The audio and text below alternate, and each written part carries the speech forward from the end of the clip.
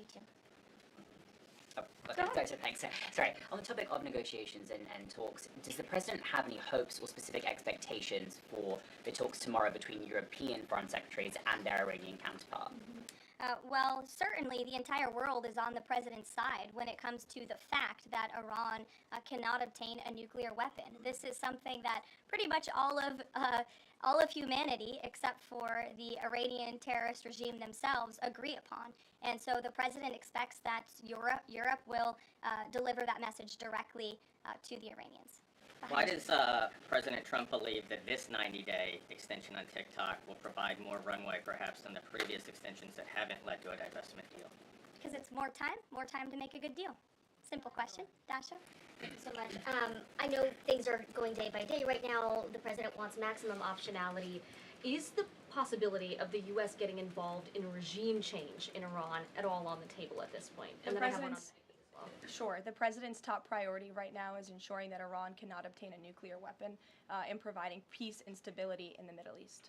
On Medicaid, Caroline, Sure. The Senate put forward Medicaid provisions, particularly a lower cap on state provider taxes that hospitals have said would lead to mass closures, particularly in rural communities. Is the president willing to sign a bill that includes those provisions that Republican senators like Josh Hawley say will lead to hospital closures? Out of respect for the ongoing discussions that the White House is very much actively involved in with our friends in the United States Senate, I won't comment on that specific provision. Look, the bill hasn't been sent to the president's desk yet. There's more room for change. The president, for one, I will reiterate, has been very clear on his priorities with respect to Medicaid.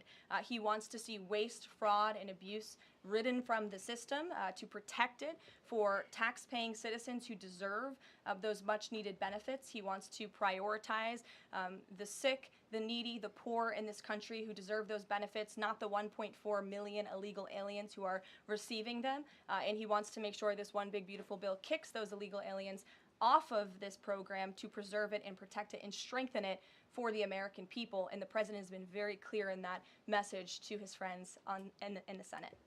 Jackie. Thank you, Caroline. Sure. Logistically, if the Iranians are getting to Geneva, does that mean they've found a way to get to the White House? I am not going to get into hypotheticals, but as you heard from the president yesterday, they have expressed interest in doing so. There's a lot Philip. of pressure on the president to come to the aid of Israel. There's a lot of pressure on him to finish the job with force. How is he balancing the concern that if he doesn't choose to do that, that it would send a message to Xi Jinping about the U.S. commitment to Taiwan? Well, the president enjoys a very respectful and cordial relationship with China's president. He has long maintained that, even in his first term. And China and the United States share many strategic interests, both in terms of economics and also, of course, global affairs and foreign policy as well.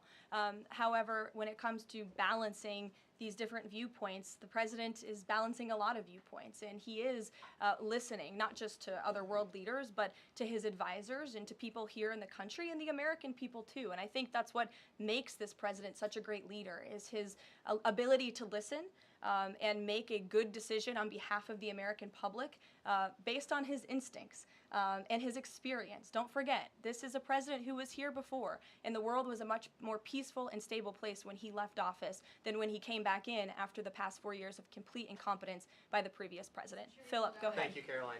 Two quick questions. When the president says Iran is very close to a nuclear weapon, is he relying on U.S. intelligence or intelligence sharing from an ally to make that assessment? It is a fact, and the United States government maintains this fact, that Iran has never been closer to obtaining a nuclear weapon. And then if the U.S. were to take some type of military action, would the president go to Congress to seek war authority? I'm not going to engage in hypotheticals. I gave you the statement from the president. He'll make a decision within 2 weeks. Thank you, Caroline. Sure. Go ahead. Thanks, Caroline. Mary and then Elizabeth. Two questions, one on Iran and then the second on something Jasmine Crockett said this morning. So given that we know the Iranian government did order an operative to assassinate the president, is there concern that Iran might respond with non-traditional military ways to some kind of strike on Iran, such as another assassination attempt? And has the Department of Justice looked into this last attempt on the president's life? I believe Secret Service and the FBI have looked into the two assassination attempts that took place against the president, both of which were sad days in our nation's history. So I would defer you to the Department of Justice on where those investigations stand.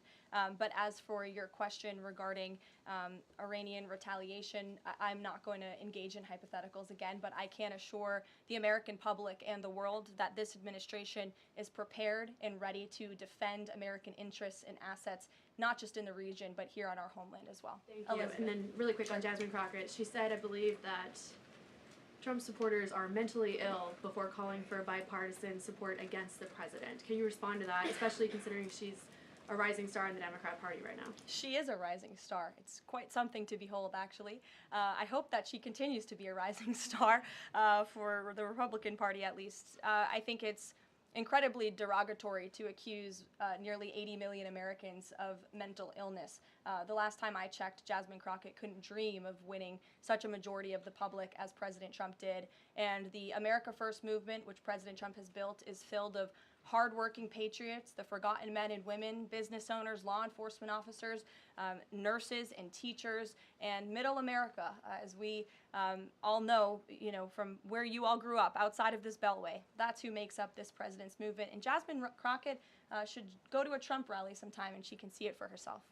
Jennifer. One on North Korea and one on China. On North Korea, they launched some rockets into the ocean today. What does the White House make of that? Do you read any meaning into that timing of that launch? And then on China, do you have any reaction to Xi Jinping's offer of intervening in Iran diplomatically? And are you seeing any signs that China would get involved militarily to support Iran? I don't believe we're seeing any signs of that at this moment in time. As for Xi Jinping's offer, I will leave it to the president to respond to that himself. As for your question about North Korea, we are monitoring the situation. The Trump administration is in close contact with our new South Korean counterparts as we work together to deter our adversaries and preserve a free and open Indo-Pacific. And no matter where, our adversaries and our allies alike know that President Trump will not tolerate threats against our interests on his watch, even as he works to resolve the wars that he inherited. Alex, go ahead, and then I'll come to you. Thank you. Is the president concerned about the economy if farms and hotels, et cetera, struggle to find workers? The president's always concerned about the economy. That's on his mind every day. He wakes up, he checks the markets, he checks wage growth. As I pointed out, it's a record high today for middle class and American workers. So the president's always wanting to ensure that we have a strong and robust economy for the American people and worker, And we do. As for the specific concerns regarding jobs, look, the president has made it very clear we need to remove public safety threats from the interior of our country, and that remains the focus and the priority of this administration when it comes to deportations, no matter where somebody works. If they're an illegal alien rapist or murderer that was allowed into this country in the past 4 years by this administration, the American people want those types of criminals to be deported from our country, and that's what the president is backing ICE to do. Thanks. There was an apparent skirmish between the Chinese and the Philippines in the South China Sea. Just curious if you had any reaction to that, and if the steps you're taking towards the Middle East right now are reducing your capacity to deal with that situation. I believe that happened as I was preparing and coming out here, so we'll get you a response to that. Certainly we have one, and our teams are always monitoring situations all around the globe. Okay, and then one more just on Iran. Just over the past 24 hours, we've seen some Israeli strikes on Natanz, Isfahan, and Kondab nuclear facilities. Is there any assessment just of how effective or what the result of those strikes will be? What I can share is that the IDF and Israel, I think, have exceeded a lot of people's expectations in their ability to really hinder Iran's nuclear facilities, but also they've taken out key people in the Iranian regime's leadership as well. So this is something, of course, we are monitoring and watching every day, and the president was just in an intelligence briefing. He continues to be briefed by his National Security Council, and he will throughout the duration of this war and conflict. And he also remains in constant communication with our Israeli counterparts, most notably Prime Minister Benjamin Netanyahu. Kristen. Thank you, Caroline.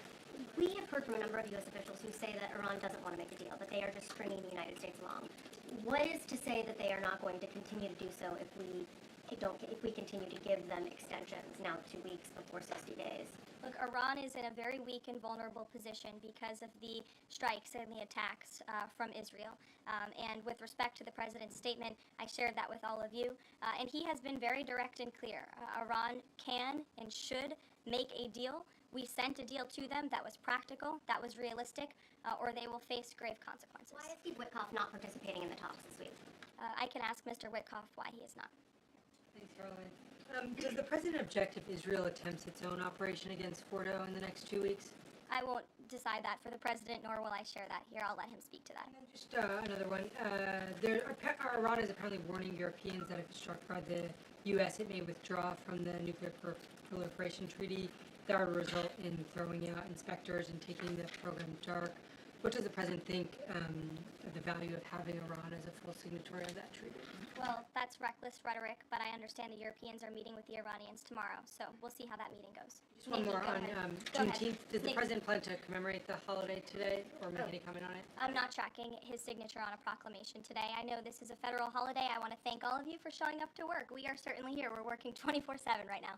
Nikki, go ahead. Actually, that was my question. Will you plan to mark Juneteenth in any way, either today or with an event later on, maybe next week? Sure. I just answered that question for you. Go ahead. Thank you very much, Caroline. The fact that this president is giving some time and space for diplomacy, another 2 weeks, does it mean that the president is trying his best to avoid a direct conflict with Iran? I think the president has made it clear he always wants to pursue diplomacy, but believe me, the president is unafraid to use strength if necessary. And Iran and the entire world should know that the United States military is the strongest and most lethal fighting force in the world, and we have capabilities that no other country on this planet possesses. Owen. Caroline, good afternoon. The Supreme Court, as you know, has upheld Tennessee's ban on transgender medical procedures for minors, puberty blockers, hormone therapy, etc.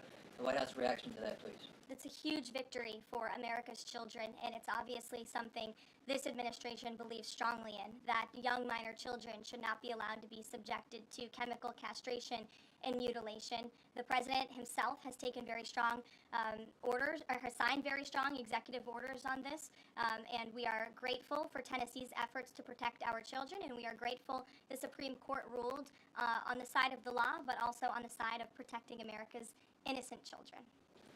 Elizabeth, go ahead. Sorry, I skipped you earlier. Thank you so much. Secretary of State Marco Rubio announced new vetting procedures on student visas. Will this serve as a model for vetting other foreign visas?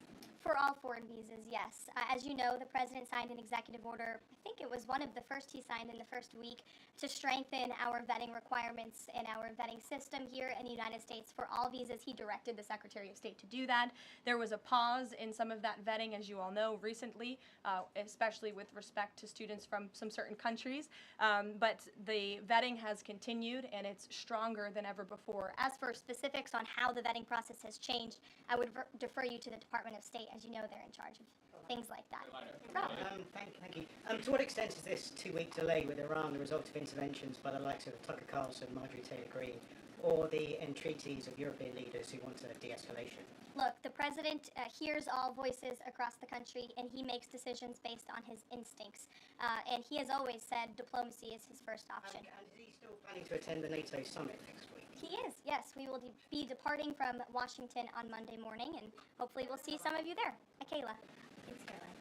Oil prices have been spiking over the last week. Is the president watching the oil market, and is that factoring into his decision-making in the Middle East? Again, as I said to, I think, Alex's question previously, the president is always watching, and this administration is doing more than any in history to bring oil prices and gas prices here at home down for the American public. They have been plummeting since President Trump's inauguration because of the executive action and the federal action this administration has taken on the home front. But yes, of course, he's paying attention and monitoring that. But as for whether it's weighing into his decision, there's a number of factors that, of course, are, and as I said, he will make that decision in the next 2 weeks. Can't reiterate that enough. Ouija. Caroline, thank you. With regard to a potential deal, Iran has said it will not negotiate under duress. Does the president believe there should be a ceasefire in these next 2 weeks as the U.S. tries to broker a deal? That's not what he said in the statement he dictated to me, so I won't get ahead of the president or add anything additional to the statement that he gave me the liberty to share with all of you. And then just to follow up on how close Iran is to a nuclear weapon, can you clarify, when the president said a few weeks away, did he mean obtaining enough enriched uranium to start building a weapon, or did he mean Iran is a few weeks away from completing the production of a weapon? I'm glad you asked that, Ouija. It's an important question, and it's one, frankly, the media has been getting wrong. Let's be very clear. Iran has all that it needs to achieve a nuclear weapon. All they need is a decision from the supreme leader to do that, and it would take a couple of weeks to complete the production of that weapon, which would, of course, pose an existential threat not just to Israel, but to the United States and to the entire world. And that is something that the entire world, including countries like Russia, is in agreement with, that Iran should not and cannot obtain a nuclear weapon. And that's why the president believes that, and he's believed that, again, not just his political career, but frankly, his entire life. So it Michael. sounds like it's the former, just to be clear. Correct. That they have the components. Okay, Correct. thank you. Michael.